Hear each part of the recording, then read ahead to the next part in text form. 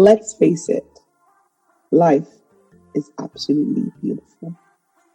Life is amazing, but life can be brutal.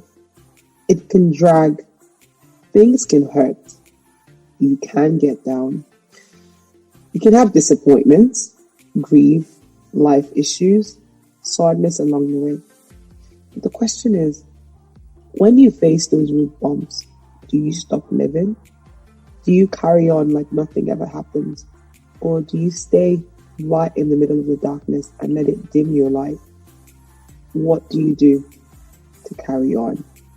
Pain is temporary. It may last a minute, an hour, a day, a year, but eventually it will subside. Something else will take over. We must learn to live. We must learn to rise. We must learn to live our best life in spite of what we face. Welcome to the first episode of License to Live. My name is Olami Dotson, your host, and I'm really excited. Let's take a short break, and when we return, we'll dive into today's conversations. Welcome back to the License to Live podcast. My name again is Olami Dotson. You can call me Ola or Dotson, depending on who's listening. Thank you so much for listening. So why am I here? Or more like, why are you here? And how did I get here? Why do I have the license to live? Should I even be living more like it? Or should I just call it quits? Like I said at my intro, life can be beautiful. But indeed, life can be brutal. I'll tell you a bit of a story, and then I'll tell you why I'm here. Today is tagged Breathe Again.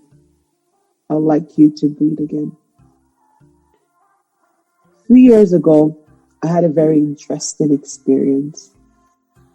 I had 4 healthy parents. Nothing was wrong with them. I think I was living my best life. I had a home, 2 daughters, and like I said, 4 healthy parents. And all of a sudden, from nowhere, 4 healthy parents turned to 2 sick parents. I'll put it this way, I literally lost 4 healthy parents in 3 years. And it wasn't just a bit of a loss for me. I think the last loss really hit me hard. Before my last loss, I had moved into a new country, started a new life with my family, a bit detached from my old family, but I was trying to find my feet. While trying to find my feet, I was also trying again for another baby, a 3rd child. And in the middle of all of that, I remember having a miscarriage and losing that baby. And almost in the middle, my, still alive parent, my mom at the time, who I was very close to, got news that her cancer that she had the first time was back again, and now it was more aggressive. And guess what? We were also in the middle of a pandemic. So I was dealing with, let's say, 4 things. New country, away from home, in the middle of a pandemic, just lost a baby, and my mom was told she had her cancer back again. I managed to pretend like all of it wasn't affecting me, and I just thought, this is really the worst it's going to be. Guess what happened? My mom got worse. And in fact, she got worse. I did get pregnant again. I'm causing a lot of the gist in the middle of this. But I'm just trying to arrive at somewhere which really made me start to live again. I did get pregnant again, and in fact, my mom got so worse from the cancer, she passed away 2 days after I had the baby. I had to learn to breathe, or let's say I stopped breathing. Now, let's take a memory down lane. And I'm laughing because I don't want you guys to go all sad and sober on me in this podcast. That's not the point. The point of the podcast is to be able to get you happy, get you to see your life differently, and get you to live again, not to get you all moody and sad. But anyways, down our memory lane, in our memory lane, imagine laying on a hospital bed. I had just had the baby, like I said, and the baby had been discharged. My health had literally deteriorated because I was grieving from losing my mom. I was so close to my mom. Laying there, grieving. No, my baby wasn't beside me. I just couldn't see. I couldn't see the light in my tunnel. I couldn't see it. At that time, actually, let me put it this way. At that time, I had lost my dad to cancer. I think about 18 months earlier, I had lost my father-in-law about maybe a year before, and this had just happened. So I sat there and I was confused. I felt like I was breathless. That was the word. And I thought there was no reason to live. There was no point. Because remember, like I told you, 3 years earlier, I had 4 healthy parents. I thought I had a good life. So I was like, everything was good. I could keep living. There were no disappointments on the way. There were no issues on the way. There was no sadness. I didn't see anything coming. And so it was literally, I hit a roadblock. And I was like, what am I going to do here? Where do I go from here? How do I rise again? I literally felt I was going deeper and deeper in that hole. And so I knew I had to come out for air. I knew I had to breathe. But where do you come out for air? Anyways, so I laid there. Fast forward time. Let's fast forward time. Let's fast forward time a bit more. And I started to, let's just say, somewhat find myself, but it was tough. It was tough. Let's say 9 months later, just when I thought I was beginning to find myself, another parent was gone.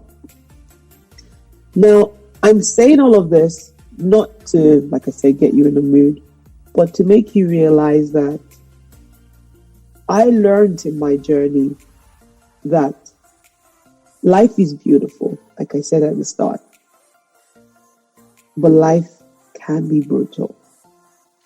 Sometimes you live in your life and you think, I have it all figured out. I'm going to achieve this and that and that and this in 3 years, 4 years. You have a 10-year plan, you have a 20-year plan. Some people, you have an overnight plan. But nobody wakes up or nobody plans for situations. Nobody plans or prays or hopes that things will happen that will almost throw a spanner in the wheel. And that's the point of this conversation. When it happens, what do you do? How do you get up? How do you start to live again? I wish I could tell you I did 1, 2, 3, 4, 5, 6, 7, 8, 9, 10. Oh, that would be unfair because I had no rules to live by. I had nothing. There was nothing to say, you do 1, you do 3, you do 4, you do 5, you get up. There was nothing like that. I wish I could tell you. What I did was, I literally told myself, I have to breathe. And that's what I want to say. When you're in the middle of life situations, you have to make a decision that you have to breathe. You have to make up your mind. It's like someone driving on the road. You're driving along the road. You're driving and you face a road bump or you face a roadblock. Do you turn back to where you're coming from simply because of a roadblock? Or do you keep going? Do you stop at that roadblock, acknowledge what's on the roadblock, or go over the bump and keep going? That's what life is. You can't say because there's a bump on the way and so that's the end of your life. You have to make a decision to breathe again. And literally that was what saved my life. I told myself, I have to breathe. In fact, I remember another story. I remember coming back home after being away from my baby for a week and coming back home and seeing my daughters. Two of them, they were 8 and 6 at the time, and seeing them and almost feeling like they had grown in 1 week. It was funny. I was like, they've grown in 1 week. I was stuck in the hospital bed grieving. Even my baby that I just been born had grown in 1 week. And I had a moment in that time where I said to myself, Olamidotu, if you don't breathe again, life is going to pass you by. If you don't rise or go over this bump, life is going to pass you by, because guess what? Your kids are going to keep growing. So whether you like it or not, you have to breathe again. You're not going to let this situation you found yourself snuck life out of you. You have to rise again. It's just a road bump. And that is not to downplay the situations that each person faces. That's not the point of this podcast. Of course, we all have different situations. Of course, we all have different circumstances. In fact, recently I met someone that when I heard her story and her circumstance, I almost felt like, whoa, my story is like a baby compared to yours, And that's the truth about life. Everybody's story. And to you, listener, what you don't realize is your story is probably going to inspire somebody one day. I'm speaking to this lady and she's telling me her story. Actually, I told her my story first and I thought it was going to inspire her. And then she told me her story and I was like, whoa, no way. You know what? Why? Let's just pocket my story. My story is a baby compared to yours.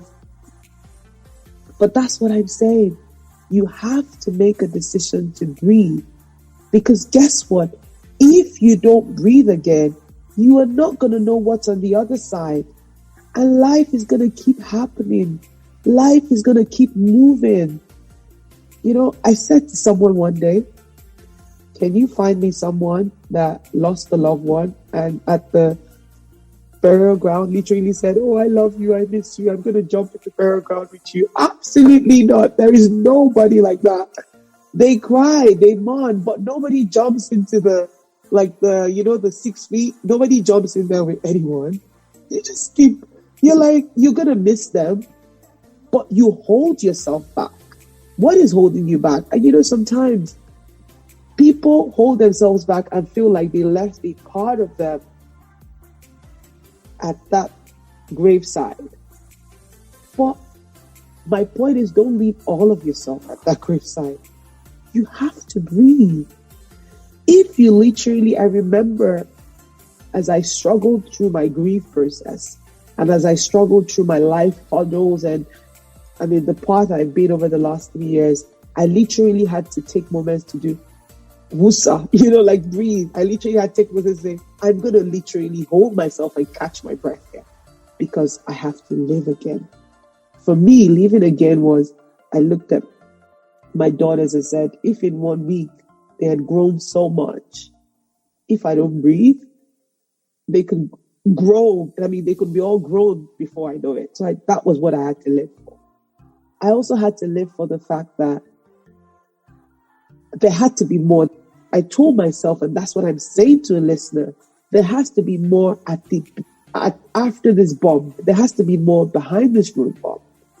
So, it's like saying, let's just imagine you're going to paradise. You're driving to Jamaica or to a nice paradise, and you've driven 3-4 hours, which is what life is for all of us. And then you meet this speed bump, or let's just say this horrible official on the way. Are you going to go back to where you're coming from, 4-hour drive, when you know you're bang in the middle of where you're going? So it's literally, if I drive 4 more hours, I'm in my paradise. Or if I drive 4 more hours, I will get to Jamaica. You're going to face that guy. You're going to stand at him and say, look, I'm not backing off. I've come too far. And that's what I had to tell myself. And that's what I'm hoping a listener is getting from me. You have to breathe again. In spite of the circumstances that we find ourselves, in spite of the pain, is temporary. In fact, and that's the second message I'm going to leave in this podcast is, what do you do? What do you do when that situation is ongoing? So do you literally pretend like it's not there? Let me put it this way. I didn't pretend like I wasn't there. In fact, I stayed in that moment. I remember making a post on social media that I'm just sitting here in my boat. I don't want to come out of my boat. You know when people say, come out of the boat, walk on water, you can do it. I don't want to hear you can do it. Who wants to hear you can do it? Who wants to hear that right in the middle? In fact, when people said that to me, oh, you can do it, everything is going to work out, I literally rolled my eyes at those people like, oh, yeah, I hear you. For months and for days, I sat in my boat, looking at myself and just being okay with where I am. Guess what? It's okay to not be okay. It's okay to not be able to understand where you're at. I didn't understand where I was at. I was confused. For one, I didn't have my mom. I had a baby. Everything was just everywhere for me. I was grieving. I was work. Everything was just still in a new country, pandemic. I just thought, I'm going to sit here for how long? So guess what? Dear listener, however long it's going to take you, sit there. But guess what I'm not going to let you do? Don't sit there forever. So remember what I said. You have to breathe again. It's okay to sit in the boat, but just tell yourself, I'm going to sit here however long it's going to take me to sit here to be okay. But I don't want you to sit there forever. You know how, I'm going to crack a joke. You know how the place where boats are parked is called a harbor, right? You go there, you know when you're going there from a distance, you see a lot of boats, they've been sitting there from time, maybe in the winter season, they're sitting there. And as you're going there, you're like, oh, this looks so peaceful. You know, when you get closer to them, you're probably drawn to those really nice, grand, beautiful boats, you know? And you're like, oh, I would like to get into one of this and just take a drive out into the ocean. Imagine if you were sitting in the boat, right? And you're just sitting there saying, you know what? I'm just going to figure out my life. I don't want to come out of here. When people come closer to your boat, right? Even if you've been sitting there thinking, I'm not going to come out of here, they probably still want to get into the boat with you saying, okay, you know what? Can I take your boat and get into the ocean? But guess what?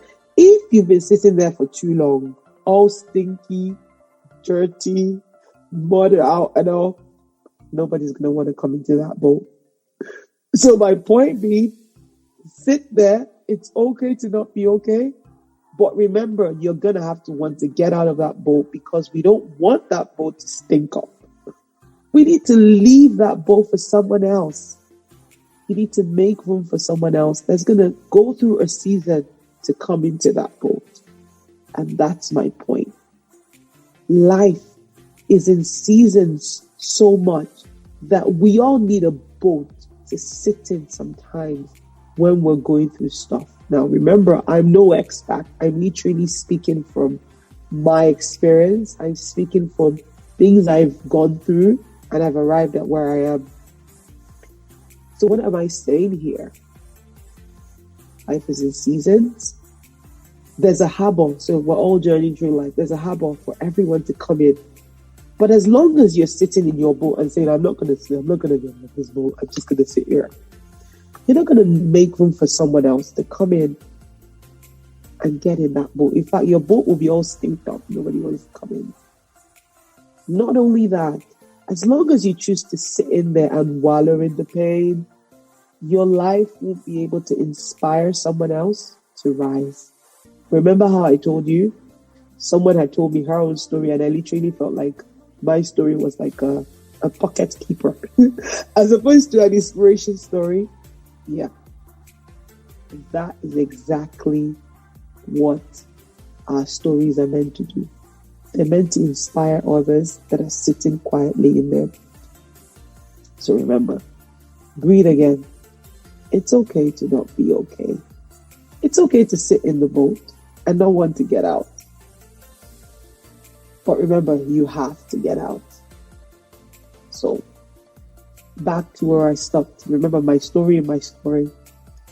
How did I exactly get out of my boat? Let's just say I never had that day when I said, today is the day we're coming out of this boat. This is the end of all this mess. I'm coming out. This is the end of it. We never had that day. I never had that day. Some people do, but I never had it.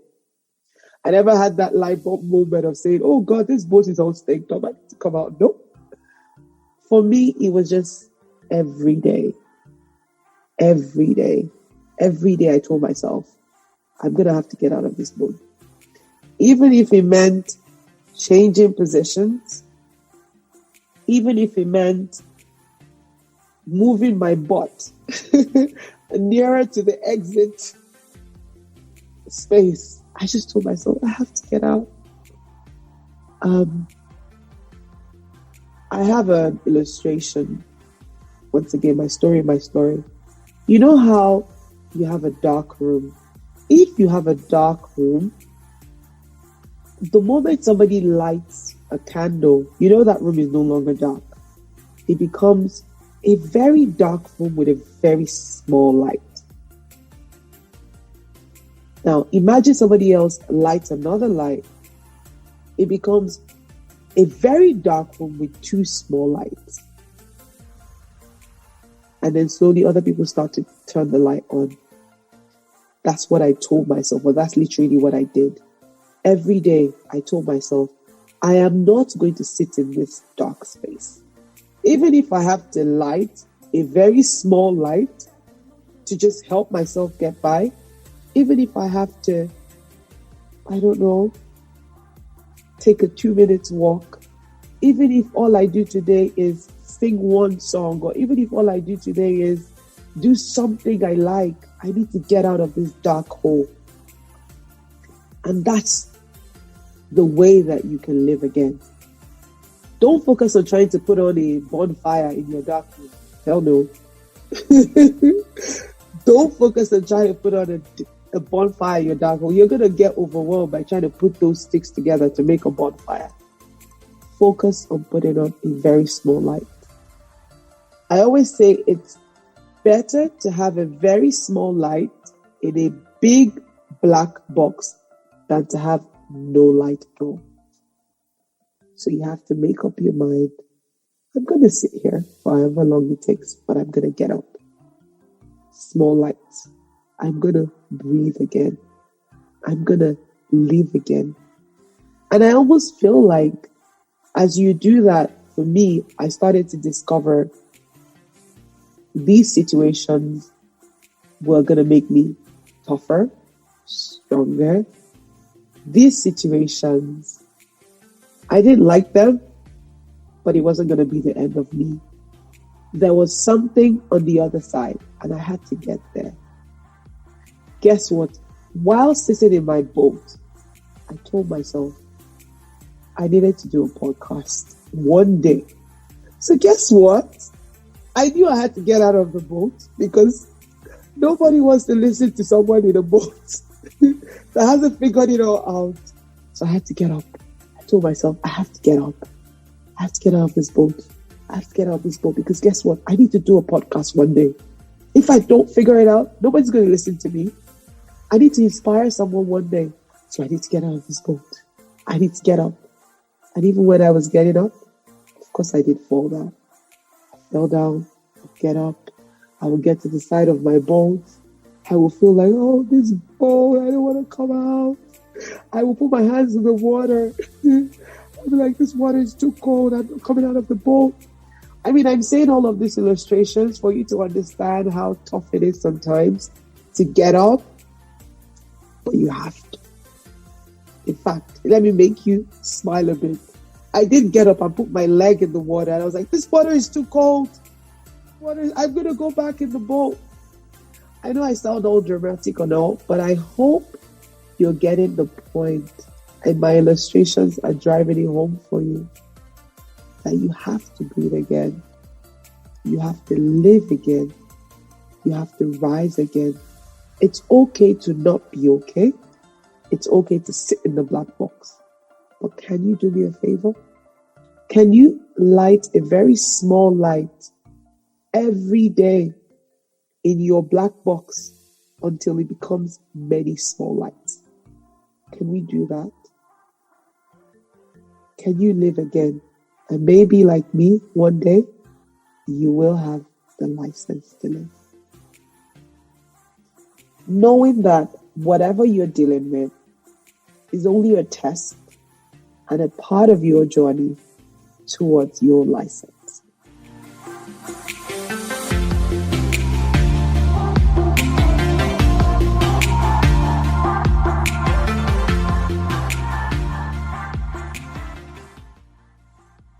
On that note, it's been a pleasure sharing with you guys. We've come to the end of this episode of License to Live podcast. Should you have any feedback, comments, or maybe have an inspiring story to share, kindly reach out to us on our socials, Instagram, Facebook, and Twitter at olami.vo or website www.olami.vo.com. Until next time, I remain your host, Olami Dotun, and never forget to shine on.